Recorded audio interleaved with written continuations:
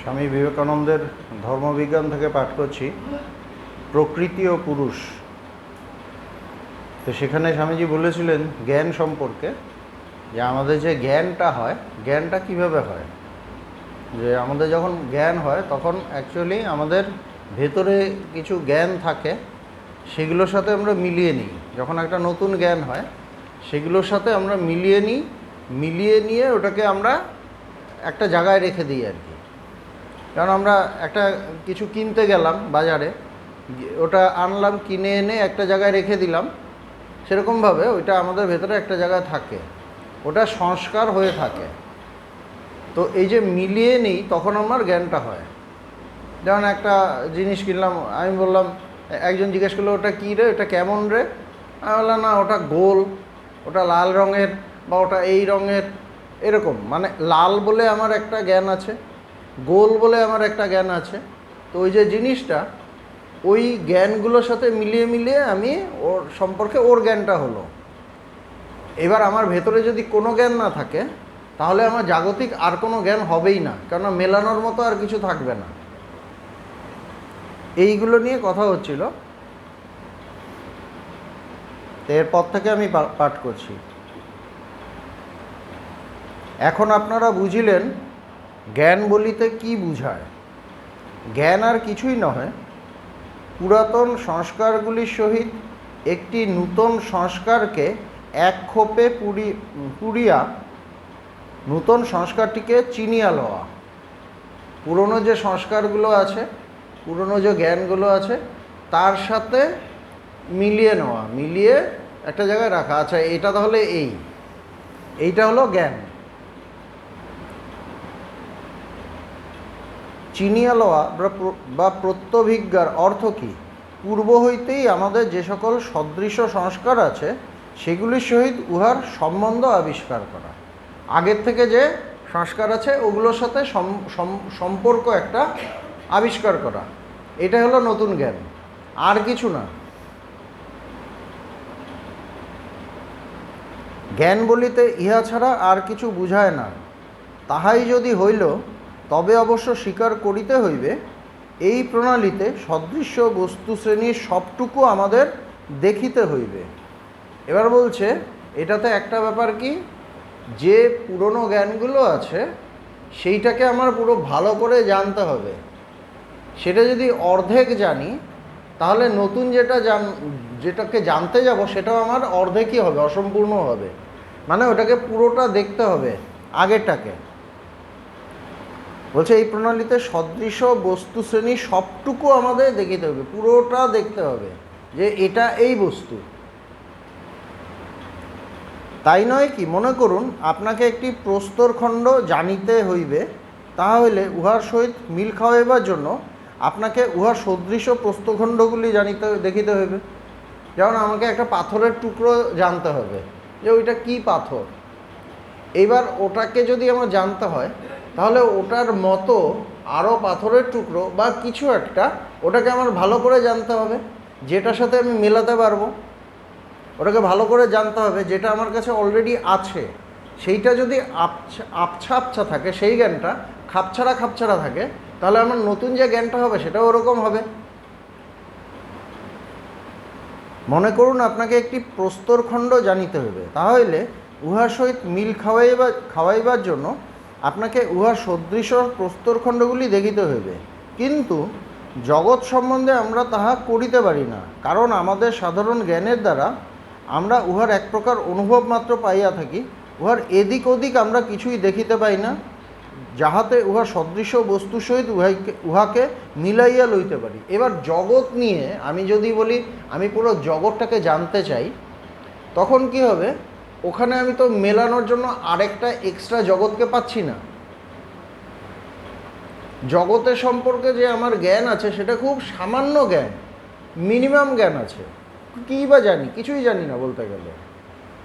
তো যখন জগৎ সম্পর্কে জানার কথা ওঠে তখন আর অন্য কোনো পুরো জ্ঞান হওয়া কোনো জগৎকে আমি পাই না।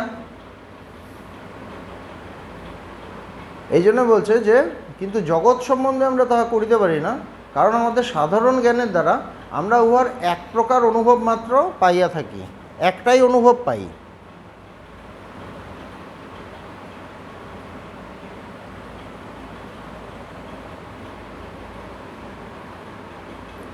উহার এদিক ওদিক আমরা কিছুই দেখিতে পাই না, যাহাতে উহার সদৃশ বস্তুর সহিত উহাকে মিলিয়া লইতে পারি। সেই জন্য জগৎ আমাদের নিকট অবদ্ধ মনে হয়, কারণ জ্ঞান ও বিচার সর্বদাই সদৃশ বস্তুর সহিত সংযোগ সাধনেই নিযুক্ত। সেই জন্য জগৎটা আমাদের কাছে ঠিক পরিষ্কার না, জগতের জ্ঞান আমরা ঠিক জানি না। কেননা কোনটার সাথে মেলাবো, মেলানোর মতো কোনো বস্তু পাচ্ছি না। আমার বুদ্ধি দিয়ে বা বিচার দিয়ে আমি এরকম কোনো বস্তু পাই না। ব্রহ্মাণ্ডের এই অংশটি যাহা আমাদের জ্ঞানাবচ্ছিন্ন, তাহা আমাদের নিকট একটি বিস্ময়কর নূতন পদার্থ বলিয়া বোধ হয়। উহার সহিত মিল খাইবে এমন সদৃশ বস্তু আমরা পাই না। আমাদের কাছে এই জগৎটা একটা বিস্ময়কর বস্তু, এটা যে কি আছে না আছে এটা আমরা বুঝতে পারি না। এই জন্য উহাকে লইয়া এত মুশকিল আমরা ভাবি, জগৎ অতি ভয়ানক ও মন্দ।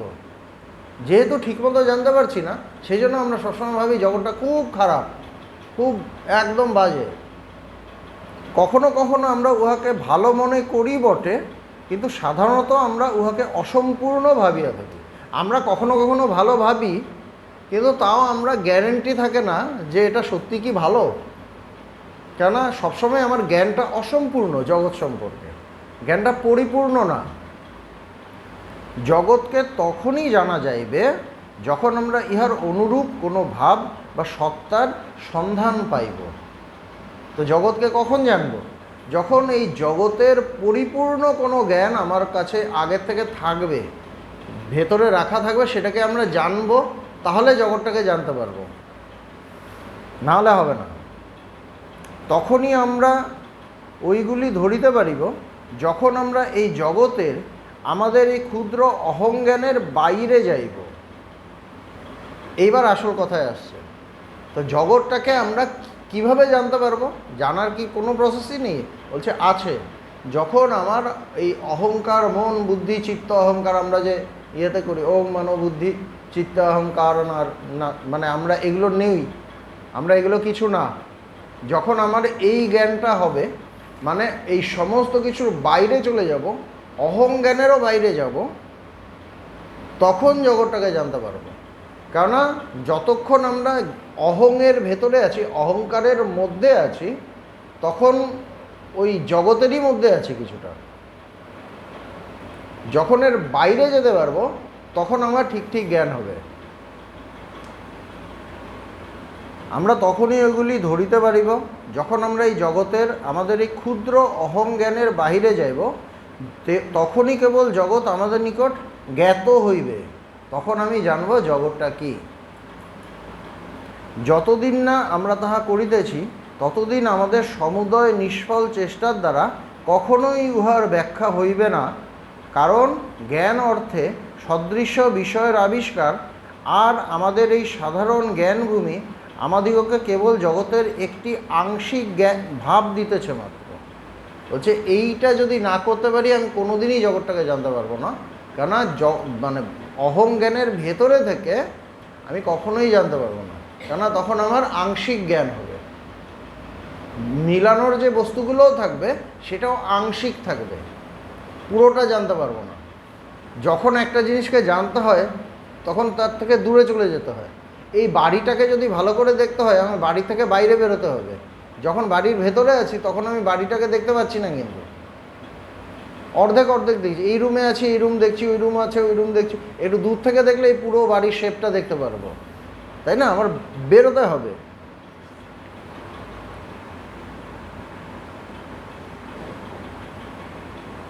যতদিন না তাহা আমরা করিতেছি, ততদিন আমাদের সমুদয় নিষ্ফল চেষ্টার দ্বারা কখনোই উহার ব্যাখ্যা হইবে না। যতই চেষ্টা করি, কিন্তু ব্যাখ্যা করতে পারবো না।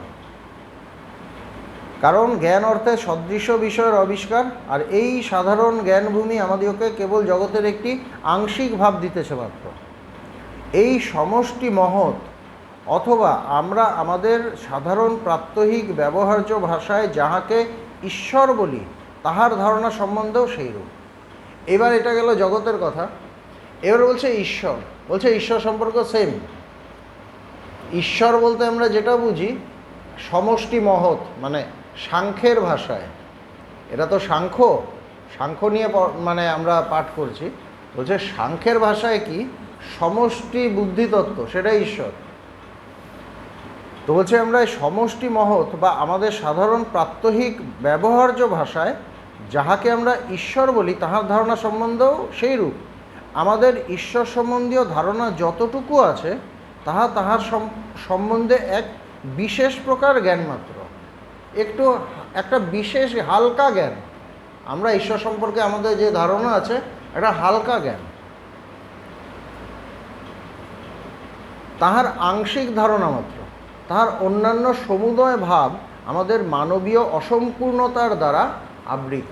অন্যান্য আরও যে ভাব আছে সেইটা আমরা কিছুই বুঝি না। আমাদের মানে ওখানে আমার মনে হয় এই জন্য বলছে কে তোমারে জানতে পারে, তোমাকে কে জানতে পারে, বিজ্ঞে না জানে, এই কথাগুলো আছে না।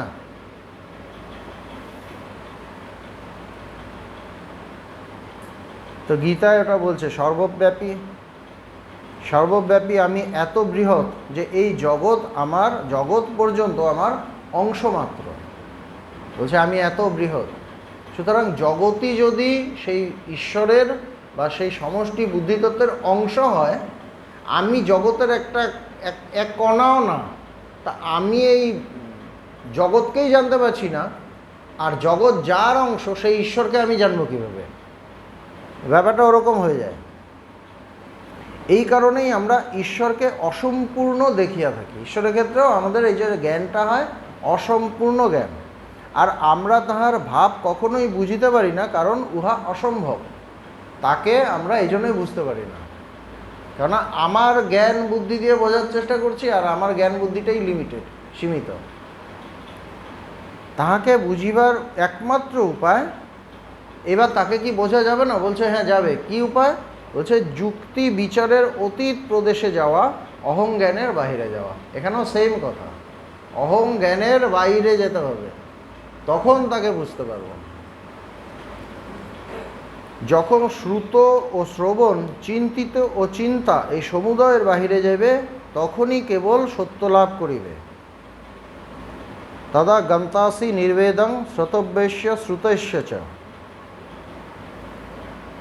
বলছে যখন শ্রুত ও শ্রবণ, যেটা শুনছি, আর শ্রবণ বস্তুটা, চিন্তিত ও চিন্তা, যাকে চিন্তা করছি, এবং এই যে চিন্তা, এই দুটোর বাইরে যাবে, তখনই সত্য লাভ করবে, তখনই সত্যকে পাবো, তার আগে পাবো না। শাস্ত্রের পারে চলিয়া যাও, কারণ শাস্ত্র প্রকৃতির তত্ত্ব পর্যন্ত, প্রকৃতি যে তিনটি গুণে নির্মিত সেই পর্যন্ত যাহা হইতে জগৎ উৎপন্ন হইয়াছে শিক্ষা দিয়া থাকে।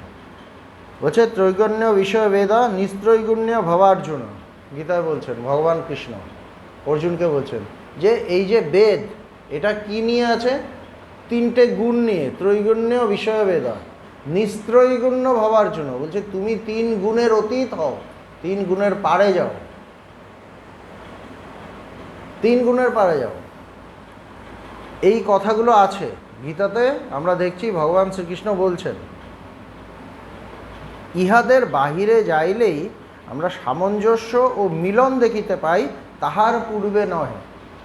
যখন আমি এর বাইরে যাব তখনই আমরা মিলনটা দেখব, তখনই সামঞ্জস্যটা দেখব, না হলে ডাউট থাকবে, না হলে দ্বিধা থাকবে। এই জন্য বলছে কি জ্ঞান হলেই তখনই তার সমস্ত দ্বিধা দ্বন্দ্ব শেষ হয়ে যায়, না হলে দ্বিধা থাকবে। এইটা একটা প্রশ্ন থাকবে, আমার কিছু একটা হলো, কিছু একটা আমি ভাবলাম ঈশ্বর সম্পর্কে, ভালো কথা শুনলাম, দারুণ কথা শুনলাম, তার মধ্যেও প্রশ্ন থাকবে। প্রশ্ন আর যাবে না, প্রশ্ন আর যাবে না। একমাত্র উপায় সমস্ত কিছু পারে যাওয়া, তিনটে গুণের পারে যাওয়া, বা মন বুদ্ধি চিত্ত অহংকারের পারে যাওয়া, তখন আমি তাকে জানতে পারবো। তার আগে জানতে পারবো না, কখনোই না, সম্ভব না। ইহাদের বাইরে যাইলেই আমরা সামঞ্জস্য ও মিলন দেখিতে পাই, তাহার পূর্বে নয়। এ পর্যন্ত এটি স্পষ্ট বুঝা গেল, এই বৃহৎ ও ক্ষুদ্র ব্রহ্মাণ্ড ঠিক একই নিয়মে নির্মিত, আর এই ক্ষুদ্র ব্রহ্মাণ্ডের একটি খুব সামান্য অংশই আমরা জানি। এটা আগেও স্বামীজি বলেছেন যে বৃহৎ ব্রহ্মাণ্ড আর ক্ষুদ্র ব্রহ্মাণ্ড দুটো একই নিয়মে তৈরি, আলাদা না, নিয়মটা সেম। আর এইটার আমরা খুব সামান্য অংশ জানি। আমরা জ্ঞানের নিম্নভূমিও জানি না। সাবকনশাস মাইন্ড, আমাদের অবচেতন মনে কি আছে, জ্ঞান বলতে এখানে আমাদের জাগতিক জ্ঞানের কথাই বলা হচ্ছে মেনলি। তো আমরা আগের দুদিন আগে আমরা যেটা দেখেছিলাম, এখানে স্বামীজি বলছেন কি যে তিনটে ভূমি আছে, একটা সাবকনশাস অবচেতন, একটা চেতন, একটা অতিচেতন, একদম সেই সমস্ত কিছুর পারে যে জ্ঞানটা, এই তিনটে জ্ঞান আছে। তো আমাদের অবচেতন মনে কি আছে আমরা কি জানি? জানি না। হঠাৎ একটা ঘুমিয়ে একটা অদ্ভুত স্বপ্ন দেখলাম। স্বপ্নটা কোথায় ছিল? আমারই ভেতরে ছিল। ওটা তো আমারই ভেতরে ছিল, যেগুলো কোনোদিন হয়তো ভাবিইনি। তাহলে ওটা দেখলাম কিভাবে? জাগতিকভাবে হয়তো মানে আমি এই জন্মে এসে আমি হয়তো এসব কিছু ভাবিইনি, কিন্তু ওরকম একটা স্বপ্ন দেখে নিলাম। তার মানে কোথায় ছিল? ওটা তো বাইরে থেকে এসে ঢোকেনি, বাইরে থেকে এসে ঢোকেনি, আমার ভেতরেই ছিল। তার মানে কোথায় ছিল? অবচেতন মনে ছিল, চেপে ওখানে ঢাকা পড়েছিল, সেখান থেকে বেরিয়ে এসছে। তো অবচেতন ভূমিতে কি আছে আমরা জানি না। শুধু চেতন ভূমি সামান্য একটা জায়গা, যেখানে আমার যুক্তি বিচার এগুলো আছে, জাগরিত অবস্থায় আমি থাকছি, সেইখানে আমি কিছু দেখছি, সেইখানে আমার কিছুটা জ্ঞান হচ্ছে।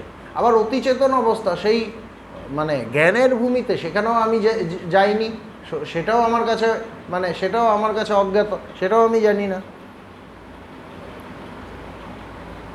তো বলছেন যে আমরা জ্ঞানের নিম্নভূমিও জানি না, জ্ঞানাতীত ভূমিও জানি না, জ্ঞানের পারে সেই ভূমিও জানি না। আমরা কেবল সাধারণ জ্ঞান ভূমিই জানি, সেটা নিয়েই আমরা বড়াই করি, আমরা এই জানি ওই জানি, অনেক কিছু আমি খুব জানি। এর মধ্যেই আমরা পণ্ডিত, একে পণ্ডিত বলি, তাকে এই বলি, তাকে ওই বলি, উনি কত জানেন, ভীষণ জানেন। কিন্তু স্বামীজির মতে উনি কিছুই জানেন না, খুব সামান্য কিছু জানেন, তাই না?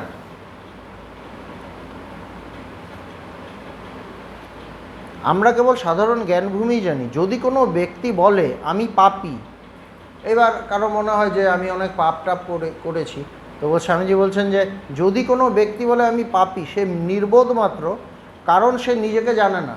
সে যে পাপী সে জানলো কীভাবে? সে কি নিজেকে জানে? আমি পাপী মানে কি? আমি নিজেকে জেনে গেছি, আমার তো এই পার্টিকুলার সামান্য অংশটা আমি জানি, আরও তো মানে হাজার হাজার মাইল হয়তো আমি জানি না আমার ভেতরে কি আছে, আমি তো জানি না। বলছে সে নির্বোধ মাত্র। আবার কেউ যদি বলে আমি পণ্ডিত, সেও নির্বোধ।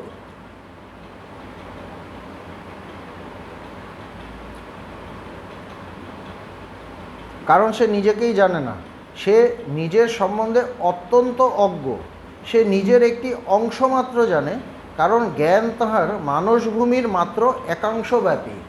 নিজের একটা অংশ জানে, বেশিটা জানে না, কেননা জ্ঞানটা তার কিছুটা জায়গায় আছে। সমগ্র ব্রহ্মাণ্ড সম্বন্ধে ওইরূপ, পুরো বিশ্বব্রহ্মাণ্ডে নিয়ে একই কথা।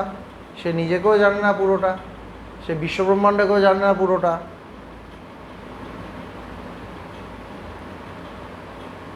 যুক্তি বিচার দ্বারা উহার একাংশ মাত্রই জানা সম্ভব, কেননা সে অবচেতন ওই ভূমিটা জানছে না, অতিচেতন ভূমিটা জানছে না, তাই না? সুতরাং ওই একাংশই জানছে। কিন্তু প্রকৃতি বা জগৎ প্রপঞ্চ বলিতে জ্ঞানের নিম্নভূমি, সাধারণ জ্ঞানভূমি, জ্ঞানাতীত ভূমি, বেষ্টি মহৎ, সমষ্টি মহৎ এবং তাহাদের পরবর্তী সমুদয় বিকার, এই সবগুলি বুঝাইয়া থাকে। আর এইগুলি সাধারণ জ্ঞানের বা যুক্তির অতীত। বলছে যে বিশ্বব্রহ্মাণ্ড বলতে কি বোঝায়, প্রকৃতি বলতে কি বোঝায়, এগুলো সমস্ত বোঝায়, সমস্ত কিছু বোঝায়।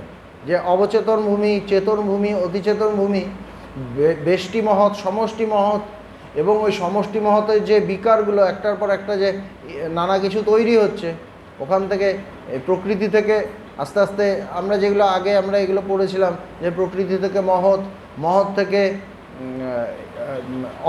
অহং জ্ঞান, মানে অহংটা তৈরি হচ্ছে, অহং থেকে ইন্দ্রিয় হচ্ছে, নানা কিছু হচ্ছে, এই বিশ্বব্রহ্মাণ্ড তৈরি হচ্ছে, এই জগৎ তৈরি হচ্ছে, এই সমস্ত। সুতরাং প্রকৃতি বলতে তো সব বোঝায়, প্রকৃতি বলতে সমস্ত কিছু বোঝায়। তার আমরা কতটুকুই বা জানি? এই সবগুলি বুঝিয়ে থাকে। আর এগুলি সাধারণ জ্ঞানের বা যুক্তির অতীত, এগুলো যুক্তির অতীত, সাধারণ জ্ঞানের অতীত। কিসের দ্বারা প্রকৃতি পরিণাম প্রাপ্ত হয়? বলছি এই প্রকৃতি কিভাবে পরিণাম প্রাপ্ত হয়। এ পর্যন্ত আমরা দেখিয়াছি প্রাকৃতিক সকল বস্তু, এমনকি প্রকৃতি নিজেও জড় অচেতন। এই যে এতক্ষণ ধরে, এই কয়েকদিন ধরে যে প্রকৃতি নিয়ে আলোচনা হলো, সেই প্রকৃতিটা কি বলছে? এটা জড়, এটা কিন্তু চেতন নয়, এটা চেতন নয়, এটা জড়, মেইনলি জড়। হ্যাঁ, চেতন মিশে আছে, জ্ঞানের ভূমি কয়েকটার মধ্যে চেতন মিশে আছে, কিন্তু প্রকৃতি বলতে জড়।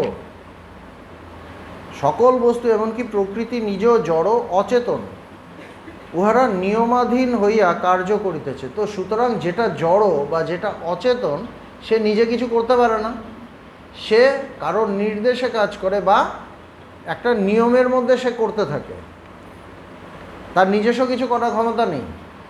সমুদয় বিভিন্ন বস্তুর মিশ্রণ এবং অচেতন, এই পুরো প্রকৃতিটা বিভিন্ন বস্তুর মিশ্রণ, যৌগিক এবং অচেতন। মন, মহত্তত্ত্ব, নিশ্চয়াত্মিকা বৃত্তি, এ সবই অচেতন। মনটা যে সেটাও অচেতন, এবং বুদ্ধি, নিশ্চয়াত্মিকা বৃত্তি, আমাদের যে বৃত্তি, এই করব ওই করব, বলছে অচেতন। কিন্তু এগুলি এমন এক পুরুষের চিৎ বা চৈতন্যে প্রতিবিম্বিত হইতেছে, এইটাই হলো কথা। বলছে এই সমস্ত কিছুর মধ্যে, সমস্ত কিছুতে যে যিনি প্রতিবিম্বিত হচ্ছেন, যিনি এইসবের অতীত, আর সাংখ্য মত অবলম্বীগণ ইহাকেই পুরুষ নামে অভিহিত করিয়াছেন। যেমন একটা কাঁচ একটা আয়না আছে, আয়নার মধ্যে সূর্য প্রতিবিম্বিত হচ্ছে, এখান থেকেও রে বেরোচ্ছে, আয়না থেকেও তো আলোটা বেরোচ্ছে, যেহেতু সূর্য, ওখানে সূর্যের প্রতিবিম্ব পড়ছে, ওখান থেকে আলোটা বেরোচ্ছে, সেই আলো দিয়ে কিছু কিছু জিনিস দেখাও যাচ্ছে। কিন্তু এই আলোটা আসলে কি ওই আলো? ওই আলোটা এখানে প্রতিবিম্বিত হয়েছে, এইটাকে দেখে মনে হচ্ছে এইটা আসল আলো, কিন্তু এটা আসল নয়, এটা হলো একটা কাঁচ, কাঁচটা একটা জড় পদার্থ। সেই রকমভাবে এই যে টোটাল প্রকৃতি, তার মধ্যে আমাদের মন, বুদ্ধি, চিত্ত, অহংকার যা কিছু আছে, সব কিছু এমনি জড়, এই কাচের মতো, আয়নার মতো, কিন্তু তার মধ্যে একটা প্রতিবিম্ব পড়ছে, সেইটাতে মনে হচ্ছে এটা যেন চেতন, মনে হচ্ছে মন যেন কাজ করছে, মনে হচ্ছে বুদ্ধি কাজ করছে, সমস্ত মনে হচ্ছে। কিন্তু যার সান্নিধ্যে থেকে, সূর্যের আলোর সান্নিধ্যে থেকে যেমন তাকে আলোকিত মনে হচ্ছে, যেমন চারটাকে আলোকিত মনে হয়, সেটা সূর্যেরই আলো। সেরকমভাবেই এই যে বিশ্বজগৎ, সেটা জড়ো, এই প্রকৃতি জড়ো, কিন্তু চেতনের মতো, চেতনবৎ প্রতীয়মান হচ্ছে। উহারা নিয়মাধীন হইয়া কার্য করিতেছে, সমুদয় বিভিন্ন বস্তুর মিশ্রণ ও অচেতন। মন, মহত্তত্ত্ব, নিশ্চয়াত্মিকা বৃত্তি, এ সবই অচেতন, কিন্তু এগুলি এমন এক পুরুষের চিৎ বা চৈতন্যে প্রতিবিম্বিত হইতেছে, যিনি এই সবের অতীত। এই যে চৈতন্য, তিনি সমস্ত কিছুর অতীত। আমাদের মন, বুদ্ধি, এই জন্যই বলছে যে আমরা মন, বুদ্ধি, চিত্ত, অহংকার কোনোটাই আমি না, নাচে শ্রোত্র জিভে, নাচে ঘ্রাণা নেত্রে, এই মানে ইন্দ্রিয় আমি নই, এইসবের, যিনি এইসবের অতীত। আর সাংখ্য মতাবলম্বীগণ ইহাকেই পুরুষ নামে অভিহিত করিয়াছেন। এই যে সমস্ত কিছু থেকে আলাদা যিনি চেতন স্বরূপ, তাকেই বলা হচ্ছে, সাংখ্যরা তাকে পুরুষ বলছে। জগতের মধ্যে, প্রকৃতির মধ্যে যে সকল পরিণাম হইতেছে, এই পুরুষ সেগুলির সাক্ষী স্বরূপ। এই যে যেগুলো চেঞ্জ হচ্ছে, জগতের প্রতি মুহূর্তে চেঞ্জিং, প্রতি মুহূর্তে চেঞ্জ হচ্ছে, তাহলে কি পুরুষেরও চেঞ্জ হচ্ছে? না, সাক্ষীর যেরকম চেঞ্জ হয় না, সাক্ষী যেরকম এক জায়গায় স্থিরভাবে থাকে, সেরকম পুরুষও স্থিরভাবে আছে, তার কোনো পরিবর্তন নেই। বাকি এই প্রকৃতি পরিবর্তনশীল। কারণ এই পুরুষকে যদি বিশ্বজনীন অর্থে ধরা হয়, তবে ইনি ব্রহ্মাণ্ডের ঈশ্বর। এবার এই পুরুষকে যদি, আগে কি বলা হয়েছে, মহত্তত্ত্ব, যেটা সমষ্টি মহৎ বা সমষ্টি বুদ্ধিতত্ত্ব সেটাই ঈশ্বর, কিন্তু এই যে বুদ্ধি কাজ করছে কিভাবে, তার চেতনার জন্য কাজ করছে, তার আলোতে আলোকিত হয়ে কাজ করছে। তো সেই আলোটা যদি ধরা হয় তাহলে তাকেই ঈশ্বর বলা হবে, সেই পুরুষকে ঈশ্বর বলা হবে। তবে ইনি ব্রহ্মাণ্ডের ঈশ্বর। ইহা কথিত হইয়া থাকে যে ঈশ্বরের ইচ্ছায় ব্রহ্মাণ্ড সৃষ্ট হইয়াছে। এবার আরেকটা প্রশ্ন, আমরা সবসময় যেটা বলি তার ইচ্ছা, আমরা সবসময় বলি তো তার কি ইচ্ছা, তার ইচ্ছাতেই জগৎ সৃষ্টি হলো। আমরা বলি না তিনি জগৎ সৃষ্টি করলেন, বলি তো। তো ইচ্ছা ছাড়া তো কিছু হয় না, আমরা এটাই জানি। এখানে আরেকটা প্রশ্ন আসছে, স্বামীজি বলছেন ইহা কথিত হইয়া থাকে ঈশ্বরের ইচ্ছায় ব্রহ্মাণ্ড সৃষ্ট হইয়াছে। সাধারণ দৈনিক ব্যবহার্য বাক্য হিসেবে ইহা অতি সুন্দর হইতে পারে, কিন্তু ইহার আর অধিক মূল্য নাই। বলছে বলতে গেলে এটা খুব সুন্দর কথা, তার ইচ্ছাতে এই জগৎ তৈরি হয়েছে, বলতে বেশ সুন্দর, আমি দারুণ লেকচার দিয়ে দিতে পারি এটা এটা বলে, 1 ঘন্টা লেকচার দিয়ে দিলাম, ঈশ্বরের ইচ্ছায় জগৎ সমস্ত কিছু তিনিই করেছেন। কিন্তু বলছে এটার কোনো মূল্য নেই, এটার কোনো দাম নেই।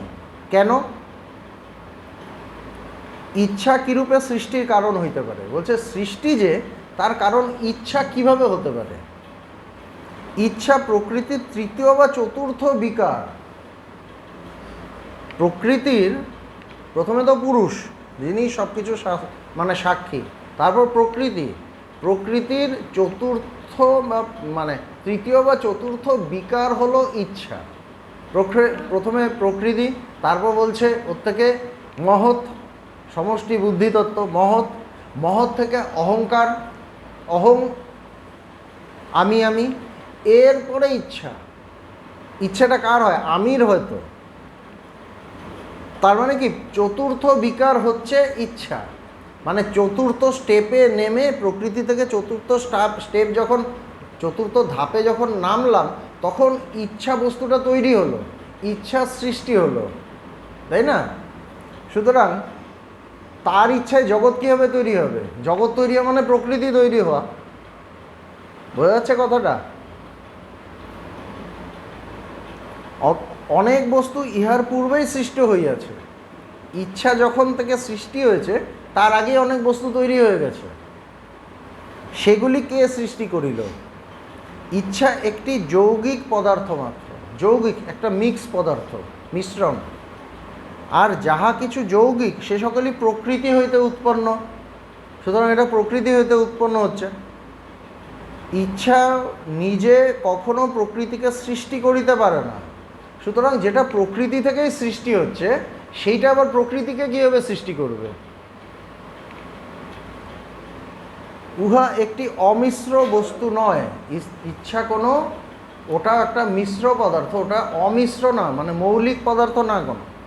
অতএব ঈশ্বরের ইচ্ছায় এই ব্রহ্মাণ্ড সৃষ্ট হইয়াছে, এরূপ বলা যুক্তি বিরুদ্ধ। বলছে এইভাবে বলা যায় না, এটা যুক্তির বাইরে। মানুষের ভিতর ইচ্ছা অহংজ্ঞানের অল্পাংশ মাত্র ব্যাপিয়া রহিয়াছে। মানুষের ভেতর ইচ্ছাটা অহংজ্ঞানের, বলছে প্রথমে বুদ্ধির একটা পোর্শন হলো অহংকার, তার একটা পোর্শন হলো ইচ্ছা। অহংজ্ঞানের অল্পাংশে মাত্র ইচ্ছেটা রয়েছে। কেহ বলেন উহা আমাদের মস্তিষ্ককে সঞ্চালিত করে। বলছে আমাদের যে মস্তিষ্ক, আমাদের যে ব্রেন, সেটাকে চালায়, ইচ্ছাটাই চালায়, সঞ্চালিত করে। তাহাই যদি করিত তবে আপনারা ইচ্ছা করিলেই মস্তিষ্কের কার্য বন্ধ করিতে পারিতেন। ইচ্ছাই যদি আমার ব্রেনটাকে চালায়, তাহলে তো আমি চাইলেই আমার ব্রেনের কাজ বন্ধ করে দিতে পারি, তাই না? আমি চাইলেই তো আমার ব্রেনের কাজটাকে বন্ধ করতে পারি, যদি আমার ইচ্ছাটাই আমার ব্রেনটাকে চালায়। কিন্তু তাহা তো পারেন না। সুতরাং ইচ্ছা মস্তিষ্ককে সঞ্চালন করিতেছে না, ইচ্ছা মস্তিষ্ককে চালায় না। হৃদয়কে গতিশীল করিতেছে কে? ইচ্ছা কখনোই নয়। আমাদের হৃদয় যে চলছে, হৃদস্পন্দন চলছে, এটা কেন হচ্ছে? বলছে সেটা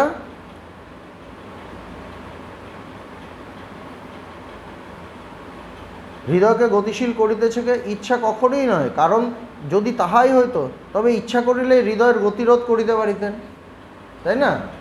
আমি জানলাম না, হঠাৎ মানে আমার হার্ট অ্যাটাক হয়ে গেল, মানে হার্ট ব্লক হয়ে গেছে, আমার ইচ্ছা হয়েছে? আমি কখনো চাইবো আমার ব্লক হোক? সুতরাং ইচ্ছাতে হয় না। যদি আপনারা ইচ্ছা করিলেই, তবে আপনারা ইচ্ছা করিলে হৃদয়ের গতিরোধ করিতে পারিতেন। ইচ্ছা আপনাদের দেহকেও পরিচালিত করিতেছে না, ব্রহ্মাণ্ডকেও নিয়মিত করিতেছে না। ইচ্ছা আমার দেহটাকেও চালায় না। আমার সব কিছু, দেহের সমস্ত কিছু কি আমার ইচ্ছায় চলে? কিছুই চলে না। খুব কম পার্সেন্ট হয়। ইচ্ছে করলাম কোথাও যাব, আমি উঠে গেলাম। অপর কোনো বস্তু উহাদের নিয়ামক, ইচ্ছা যাহার একটি বিকাশ মাত্র। বলছে অন্য কোনো বস্তু চালাচ্ছে, ইচ্ছাটা তার একটা সামান্য অংশ, একটা বিকাশ। এই দেহকে এমন একটি শক্তি পরিচালিত করিতেছে, ইচ্ছা যাহার বিকাশ মাত্র। দেহটাকেও এরকম একটা শক্তি চালাচ্ছে, ইচ্ছা যাহার একটা বিকাশ। সমগ্র জগৎ ইচ্ছা দ্বারা পরিচালিত হইতেছে না, সেই জন্য ইচ্ছা বলিলে ইহার ব্যাখ্যা ঠিক ব্যাখ্যা হয় না। ইচ্ছা বললে বোঝা যাচ্ছে সব ওলটপালট হয়ে যাচ্ছে কি না চিন্তা ভাবনা। আমাদের তো কিছু পার্টিকুলার ধারণা থাকে ঈশ্বর সম্পর্কে, তো এখানে কিন্তু সব ওলটপালট হয়ে যাবে। মনে করুন আমি মানিয়া লইলাম ইচ্ছাই আমার দেহকে চালাইতেছে, তারপর ইচ্ছা অনুসারে আমি দেহ পরিচালিত করিতে পারিতেছি না বলিয়া বিরক্তি প্রকাশ করিতে আরম্ভ করিলাম। ইহা তো আমারই দোষ, কারণ ইচ্ছাই আমার দেহ পরিচালক, ইহা মানিয়া লইবার আমার কোনো অধিকার ছিল না। ইচ্ছাই, আমি ভাবলাম ইচ্ছা আমার শরীরকে চালায় এবং আমার মতো করে ইচ্ছা, মানে আমার ইচ্ছা মতো শরীরটা চলছে না, আমি ডিস্টার্ব হয়ে গেলাম। তো এটা যদি আমি করি, আমি নির্বোধ, আমি বোকামি করছি। কেন এরকম কোথাও বলা নেই যে তোমার ইচ্ছা মতো সব চলবে, শরীর চলবে। এইরূপ যদি আমরা মানিয়া লই যে ইচ্ছাই জগৎ পরিচালনা করিতেছে, তারপর দেখি প্রকৃত ঘটনার সহিত ইহা মিলিতেছে না, তবে ইহা আমারই দোষ। জগৎটাকে চালাচ্ছি আমি, এটা যদি ভাবি, তারপর দেখবো জগতের কিছুই আমার মনের মতো চলে না, তাই না? তা আমি যদি ভাবি, আমার ভাবনাটারই দোষ। এই পুরুষ ইচ্ছা নন বা বুদ্ধি নন, কারণ বুদ্ধি একটি যৌগিক পদার্থ মাত্র। কোনরূপ জড় পদার্থ না থাকিলে কোনরূপ বুদ্ধিও থাকিতে পারে না। জড় না থাকলে বুদ্ধিও থাকতে পারে না। বুদ্ধিটাই জড় পদার্থই একটা।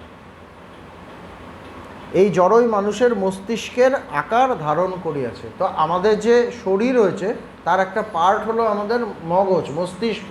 সেটা তো একটা জড় বস্তুই। যেখানেই বুদ্ধি আছে সেখানেই কোনো না কোনো আকারে জড় পদার্থ থাকিবেই থাকিবে। যেটা বললাম, বুদ্ধিও জড় পদার্থ, বুদ্ধিটাও জড়। চেতনের প্রতিবিম্ব হয় বলে ওটাকে চেতনবান মনে হয়, সেই আয়নার মতো। অতএব বুদ্ধি যখন যৌগিক পদার্থ হইল, তখন পুরুষ কি? এবার প্রশ্ন হলো, তাহলে পুরুষ কোনটা? বুদ্ধিও যৌগিক, বুদ্ধিও জড়, তাহলে পুরুষ কোনটা? এটা আমাদের আর একটা প্রশ্ন। ইহা মহত্তত্ত্বও নয়, বলছে আমাদের বুদ্ধিও নয়, নিশ্চয়াত্মিকা বৃত্তিও নয়, কিন্তু উভয়ের কারণ, সমস্ত কিছুর কারণ। তাহার সান্নিধ্যই উহাদের সবগুলিকে ক্রিয়াশীল করে। এই যে পুরুষ মানে সেই জ্ঞান, সেই চেতন, তার সান্নিধ্য, চেতনের সান্নিধ্যে সব ক্রিয়াশীল হচ্ছে। যেই সকালে ভোর হলো, সূর্য উঠলো, সঙ্গে সঙ্গে সারা দুনিয়া কাজ করতে শুরু করে দিল, তার আগে ঘুমাচ্ছিল, তাই না? যেই উঠলো, তার সান্নিধ্য যেই পেলাম, সে সূর্যের আলো সান্নিধ্য হলো পৃথিবীতে, সঙ্গে সঙ্গে সভ্যতা শুরু হয়ে গেল। সেরকমই আমাদের ভেতরেও তাই, একই রকম। তার সান্নিধ্যে সব কিছু কাজ করছে। তাহার সান্নিধ্যই উহাদের সবগুলিকে ক্রিয়াশীল করে, পরস্পরকে মিলিত করায়। পুরুষকে সেই সকল বস্তুর কয়েকটির সঙ্গে তুলনা করা যাইতে পারে যেগুলি শুধু সান্নিধ্যই রাসায়নিক কার্য ত্বরান্বিত করে। যেমন সোনা গলাইতে গেলে তাহাতে পটাশিয়াম সাইনাইড মিশাইতে হয়। সোনা গলতে গেলে পটাশিয়াম সাইনাইড নাকি মেশাতে হয়। পটাশিয়াম সাইনাইড পৃথক থাকিয়া যায়, শেষ পর্যন্ত উহার উপর কোনো রাসায়নিক কার্য হয় না, কিন্তু সোনা গলানোরূপ কার্য সফল করিবার জন্য ওর সান্নিধ্য প্রয়োজন। যেমন একটা জুতো সেলাই করি, আমার ওই ইয়েটা লাগে, ওটার মধ্যে মারি, ওটার মধ্যে মানে হাতুড়ি দিয়ে অনেক ইয়ে করছি, এই করছি, জুতো একরকমভাবে এলো, আরেক রকমভাবে চলে গেল, ওটা যেরকম সেরকমই থাকলো, তাই না? সেরকম সোনা গলানোর জন্য পটাশিয়াম সাইনাইড দিচ্ছে, তারপর দেখা যাচ্ছে পটাশিয়াম সায়ানাইড যেই কে সেই আছে, সোনাটা গলে গেল, কঠিন সোনা এলো, তরল হয়ে গেল, ওটা যেরকম সেরকম থাকলো। পুরুষও সেরকম, সাক্ষী স্বরূপ, কোনো কিছুর সাথে লিপ্ত নন, কিন্তু তার সান্নিধ্যে এসে সব চলছে। কিন্তু সোনা গলানোরূপ কার্য সফল করিবার জন্য ও সান্নিধ্য প্রয়োজন। পুরুষ সম্বন্ধ এই কথা, উহা প্রকৃতির সহিত মিশ্রিত হয় না, উহা বুদ্ধি বা মহৎ, উহার কোনরূপ বিকার নয়, উহা শুদ্ধ পূর্ণ আত্মা। ওটা বুদ্ধিও নয়, ওটা বৃত্তিও নয়, ওটা মনও নয়, ওটা অহংকারও নয়, কিন্তু ওটা কি, ওটা পূর্ণ আত্মা বা ব্রহ্ম। উহাই শুদ্ধ, পূর্ণ এবং আত্মা। ওর কোনো বিকার নেই, নির্বিকার। সেটাই হলো আমাদের সবার স্বরূপ, এটাই জানতে